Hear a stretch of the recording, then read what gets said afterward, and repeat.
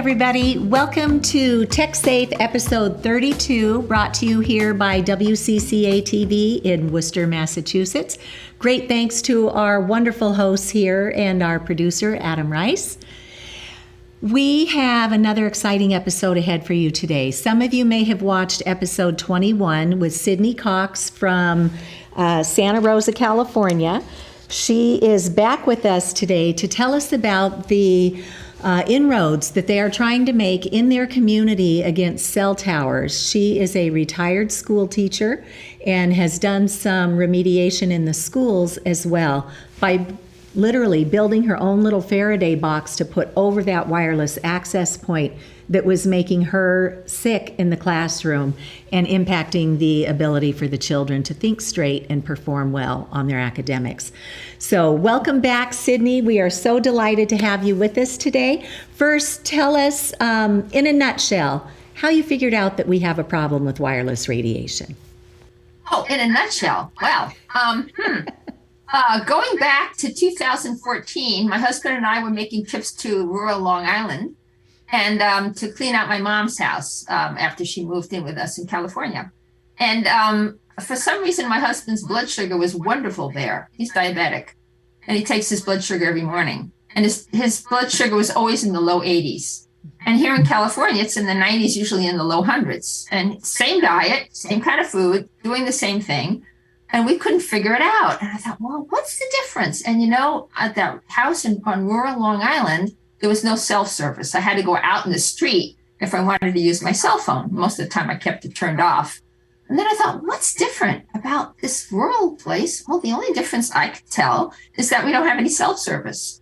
Well, here in California, we had a really good cell service. And I thought, well, what do you do about that? What could possibly be the problem? Maybe it's something in the air, like radio frequency radiation. So back then it was hard to get a meter, but Lloyd Burrell went out of the UK. I started watching him, and he recommended these, the very first Cornet meter. It was not a tri-field meter. It was just this little thing. And you could read it, and could read the values. And I bought one. And then I started my meter with me. Look how high your readings are. Look at they are in the microwave. Anyway, that's how I got started. In a nutshell. Wow. I didn't know that story. Thank you for sharing that. And yeah, we all kind of fall down the rabbit hole a different way. I didn't know anything about wireless technology, but I had spent years doing fundraising for my children's schools to bring it in. And then one night, a girlfriend of mine tipped me off that there were biological effects. She's an electrical engineer, and she had done the investigation. So I started my investigation and realized that we've done a huge disservice by bringing all of this wireless technology into our children's schools. And then I started circling my tail, and eventually I too bought a radio frequency detection meter.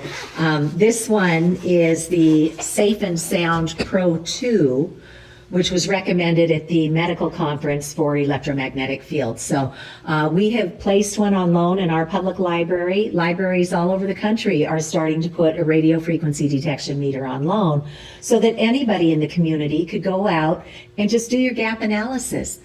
What level of radiation are you exposed to? And then what can we do to reduce those exposures? So out at Massachusetts for Safe Technology, if you go to our events page, twice a month, we do free public education webinars. And this month, Sidnee is actually my co-host. We like to feature different states and what people are doing in the different states. And if you go out to Massachusetts for Safe Technology, you'll see our invitation out there with her beautiful face. And our next one is going to be Monday, April 29th at 6 p.m. Eastern or 3 p.m. Pacific. Anybody is welcome to register and just come learn the nuts and bolts of this. And most importantly, what you can do with your own devices to reduce your exposure, because we know the science links this to cancers and DNA damage, infertility, autism, ADD, ADHD, anger, anxiety, depression, suicidal ideation. It's a neurotoxin, this two-way microwave radiation that's carrying our signals back and forth is a neurotoxin and an immunosuppressant, among other harms. So please come learn with us. But while we have Sidnee with us today, we want to step outside of our personal space and talk about actions that people all over the country are taking today to try and safeguard their communities. So let's spotlight Sidnee now. And if you can tell us what gave you the courage to do more than just fix your own house. Well, 2019, I attended my first city council meeting, and I don't feel comfortable speaking in front of public, standing up at a podium and talking to hundreds of, 100 people or whatever, because it's actually going out, live. So that not just the people in the room are there, but also, people live listening. So it was very awkward for me. And, but I realized when I feel passionate about something, the words come. It helps to write things down. But I just felt called to do that, to speak out in 2019. And then what was lovely was I met a group of people who are also passionate about this. And I know you've often said, don't do this alone, don't go it alone, find at least one other person or a few other people. And that's really critical for me, because now I've given public comment, maybe 10 times in front of city councils and planning commissions. I've also given presentations with my husband in front of groups, social groups, political groups. And it gets easier. It does get easier, but it really helps if you have everything written down. It's good if you don't have to read it, but sometimes you have to read it because you're nervous. So, we were talking a little earlier before this started about moving the needle. You feel like, for instance, last night I went to another planning commission meeting. They were approving an 85-foot macro tower, AT&T macro tower. Were voting on it, and they had already had their minds made up. I knew it because they already do a resolution, because they're already at the end of the night, they want their resolution ready to go. It was approving it. It was before we even came to give public comment. And I knew that, and I could read it online. Oh, they've already approved it. But I went anyway, and my friend Jennifer went anyway, and the two of us went, and a couple of other neighbors, and we still gave public testimony, which this was. They give you a little more time. When it's not a non-agenda item and you just want to speak out, they can give you maybe 2 minutes. But that's enough to get your foot in the door, just to speak your truth or what you feel. And anyway, last night we did. And one of the commissioners, lo and behold, said he heard us, especially the FCC guidelines, and especially the fact that they're very outdated, 1996.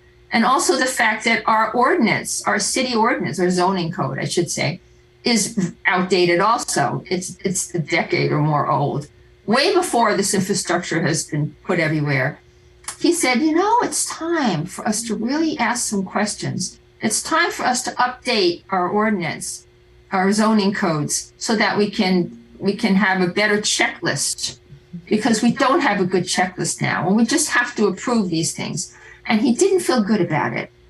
And the time before that, a couple of weeks before, when we were protesting a Verizon cell tower, same planning commission, there was really rubber stamping these things. We did file an appeal for that. It was very expensive. We filed an appeal. We hired an attorney to write our appeal document. Once again, and it was very expensive. And we hired 2 attorneys actually, but neither one of them could come to the meeting in person. So we had to do it alone. We had a PowerPoint. We thought we were going to move the needle way over and have it denied. But no. Verizon was there with 2 attorneys, a team of people. They knew what they were up against because everything gets put in the public record. So they knew our PowerPoint. They knew the points to hit. They knew how to hit strategically every single one of our opposition points and just blow us out of the water. And after that, when I went home after that meeting, I felt so sorry for myself. I like, I don't want anything to do with this. It's useless. And it took a couple of days, and then we were kind of post-mortem, going back and forth in the email, feeling sorry for ourselves. And then 2 days later, comes another meeting, another chance with this AT&T tower. So sure enough, I got out of my, little funk and went there. I'm starting to sound angry, and I'm starting to sound, like an annoyed, angry person. And I'm not liking that. I can't help myself. I get up in front of them and say, well, here I am again. And this is not what I want to be doing in my retirement years. And why do I complain? It's not the best, but that's about it right now. Oh, Sidney, I totally sympathize with you, or empathize. I've been doing the same thing in my town of Ashland, Massachusetts. We became, after much discussion, the first in the United States to even have a sign hanging in our classroom with best practices for mobile devices. Turn these devices off when we're not using them. Turn the Wi-Fi on only when needed, and always place the mobile device on a solid surface, because even the legal fine print tells us don't put a radiating device on your body. It's kind of common sense once you know it's two-way microwave radiation carrying our signals and data back and forth. And I too am headed toward the empty nest, and I don't know if we're going to stay in this town or whether we'll move somewhere else. So after presenting for so many years to our school committee, to our board of health, to our planning board, I was starting to back away from my own town. And then we built this beautiful new upper elementary school, and the community was invited to an open house. So I went, and I took my radiation detection meter with me, and in the parking lot, I got out of my car and I measured, and this meter goes green, yellow, red, and I was in the green in the parking lot. And I thought, well, that's pretty encouraging, until somebody walked by with a cell phone, and then it flew into the red. But at least outdoors in the playground area, the kids are safe. But then when I got into the building, and I went on this tour group, as they moved on to the next classroom or room in the school, I would hang back and take a reading. And it was red, red, red throughout the building. And it was on a Saturday, so the kids weren't even in there with any devices on. It was just the wireless infrastructure that the industry talked them into putting a wireless access point, basically a router, on every single classroom ceiling and in the hallways. And I'm thinking, my word, how can these kids even concentrate with these constant pulsations of microwave radiation? So now I'm back in front of my town. So I have recently seen that there was a public hearing that was going to happen with our planning board, because T-Mobile was wanting to move antennas off of the top of the water tower tank in our town, because that tank was never meant to support all this heavy equipment. So now they're being made to take it down, but they're going to put it on the side. And these, like you said, those macro just means the big ones, right? The macro antennas, they're taking off the top, and they're going to put them down on the side of the water tower. But they're also adding in 5G small cells, which is an added layer of technology. It doesn't replace third and fourth generation. Fifth generation technology uses those longer wavelengths from 3G and 4G to carry the backbone of the signal. And then they've got these little millimeter waves for 5G, where they're promising, fast speeds and super highways and smart cities, and, you can download in a couple of seconds. Well, they're buying the entertainment industry as another revenue stream, as they're pushing all of this streaming at us with no precautions. We don't want to take anybody's technology, but we hope to let people know how to use it safely. So for streaming, for example, download it onto your device and then turn off all the antennas in your device, and you can watch it safely from your device. But you shouldn't be on tiny screens. We now have an epidemic of myopia, which is changing the shape of the eyeball, because we're supposed to be constantly scanning to infinity and beyond. And now everybody spends hour after hour in the shallows of these screens. And so now even children are suffering from an epidemic of myopia. So just because the industry puts all these opportunities in front of us doesn't mean that they're good or right or healthy, especially if not used carefully. So I'm back in front of my town. I've been going to our select board meetings. That's like our city council in the town of Ashland, Massachusetts. And first I went and started telling them what the readings were that I was getting inside of our new school that were very toxic. And I left them with something called my EMF points of confusion versus fact sheet. It's just 3 pages of very quickly skimmable facts on this. You know, why are we led to believe one thing when the facts are actually another thing? So folks can get that EMF points of confusion versus fact sheet off of my resources page at Massachusetts for Safe Technology. And the 4th page has a graphic that shows all the biological effects that are proven in the scientific literature. If somebody's a visual learner, that can help too. So I first went to the select board and shared those facts with them. I came back and gave 3-minute public comment the next time, and I left them with one of my meters and said, I hope you'll take it home, and I hope that you will take it into our schools and our library and our town hall and all of our public spaces and just get the facts. What radiation levels are we at? So then that was returned to me, and then I left them with a copy of the New Hampshire Commission report. New Hampshire is the first state in the United States to investigate this issue. They spent a year talking to world-leading scientists, doctors, engineers, building biologists, and reading the peer-reviewed independent science. And they came out with this groundbreaking report that is also available on my website, Massachusetts for Safe Technology, on our state efforts page. It documents all the conflicts of interest with the wireless industry, the telecom industry, and our Federal Communications Commission, our Food and Drug Administration. They know this issue exists, and they are protecting corporate profits instead of public health. And Harvard Law School Center for Ethics came out with a wonderful free online report called Captured Agency: How the Federal Communications Commission is dominated by the industries it presumably regulates. So we have all the facts on this, but because mainstream media is owned by these corporations that promote all these environmental toxins, the public is completely left in the dark. So that's why we do what we do, and that's why we do 2 free public education webinars every month, so we can continue to bring others into this important conversation.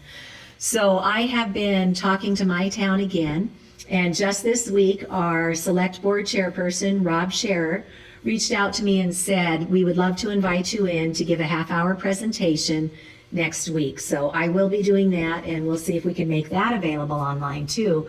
And maybe I'll see if I can show the little clips of me presenting to our town in these 3-minute increments.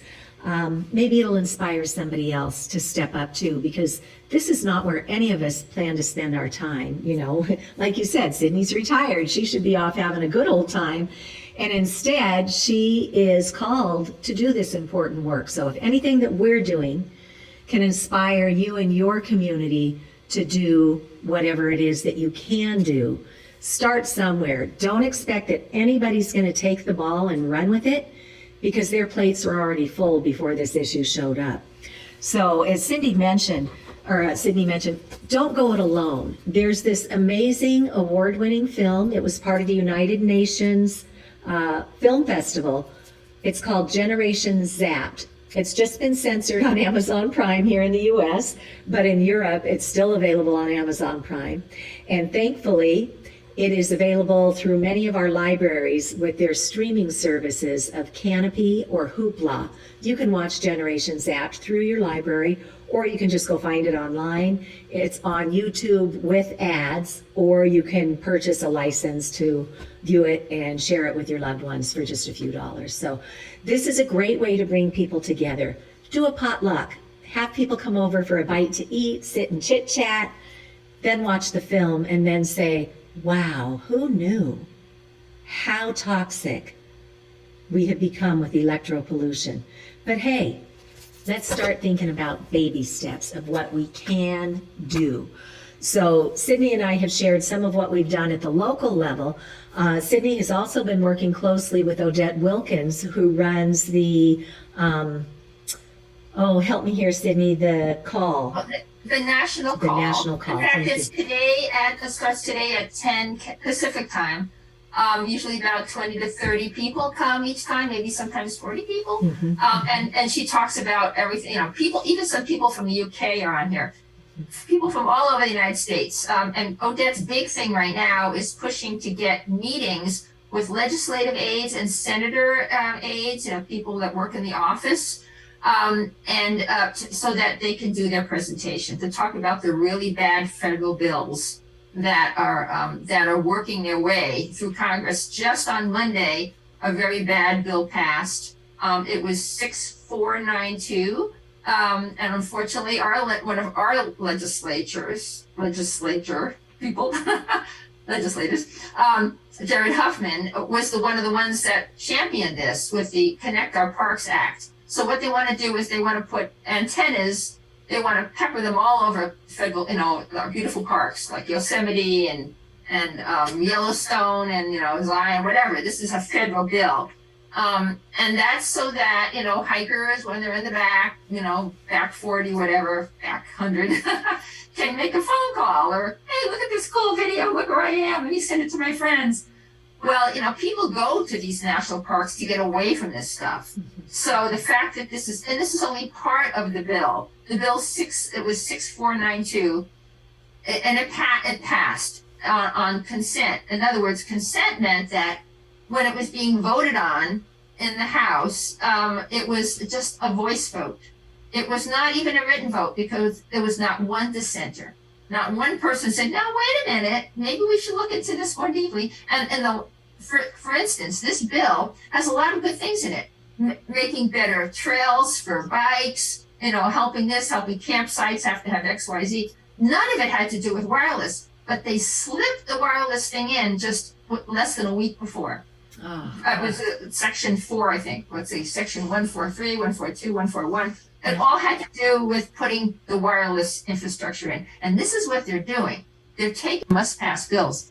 And Odette Wilkins and Charles Froman from National Health Federation, they are on this. They have weekly calls where they look at the 60 bills. They go, this one's coming up, this one's coming up, this one. So she did an emergency sort of, everybody, all hands on deck.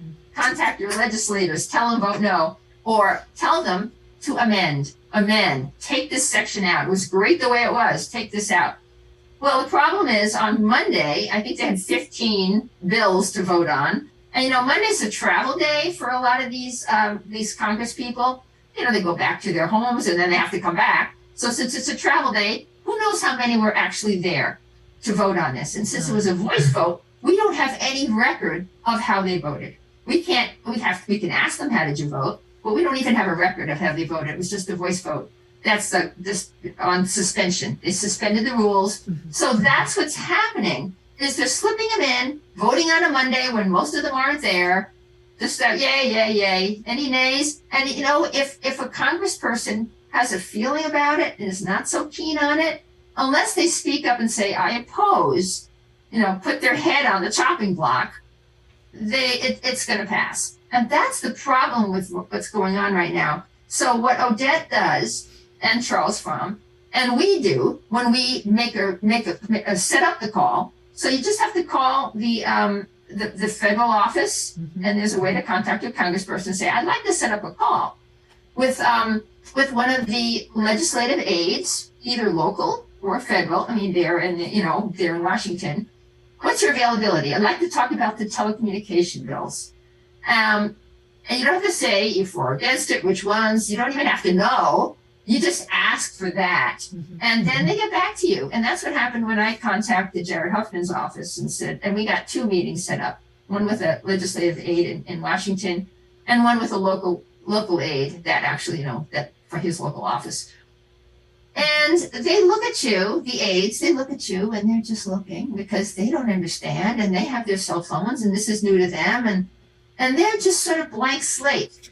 Yeah, it's a long road. I did the same thing. Senator Elizabeth Warren is my senator here. She responded, her office. We set up a meeting with Odette and Charles and a few other constituents.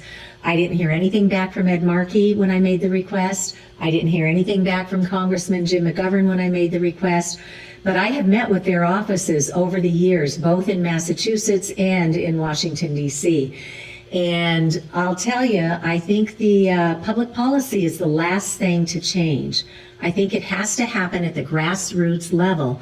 So you and I, have to own this. And so we have to get out there and one by one have these conversations with friends and loved ones. And once they get it and they start shutting their own stuff off at night and at least create a sleep sanctuary and go, wow, I slept again for the first time and I don't know how long, or my kids' behavior issues have calmed way down. Just like with your husband's, diabetes, his A1C came back into range. So I think until there's enough pressure from the public to push it up from the local level to the state level and up to the federal level, I think we've got to do our job. We have to do our civic duty. I'm grateful, though, that there are some really important lawsuits taking place because, as Martin Luther King Jr. taught us, when we have important changes in society, it comes first when the public tunes in and decides they're going to do something about it.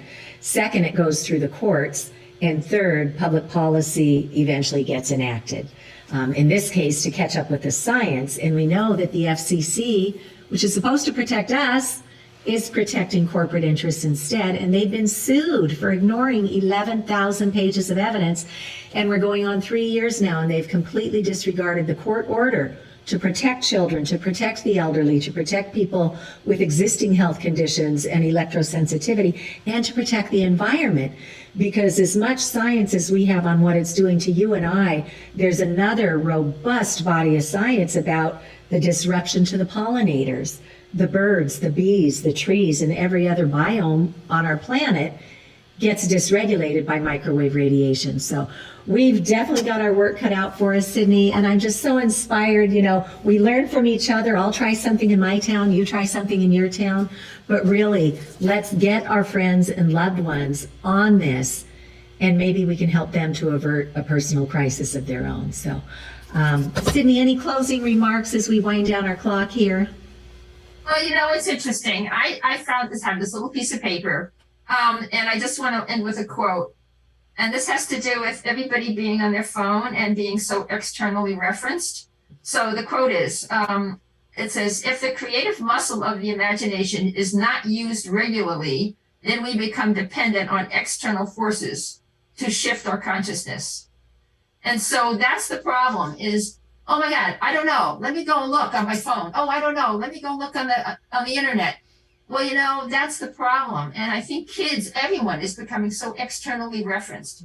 And we're forgetting to tap in and shut all that off and check inside instead of always going outside. And I think that's the problem with what's going on in our whole society today. Yeah, people we're are definitely becoming disconnected.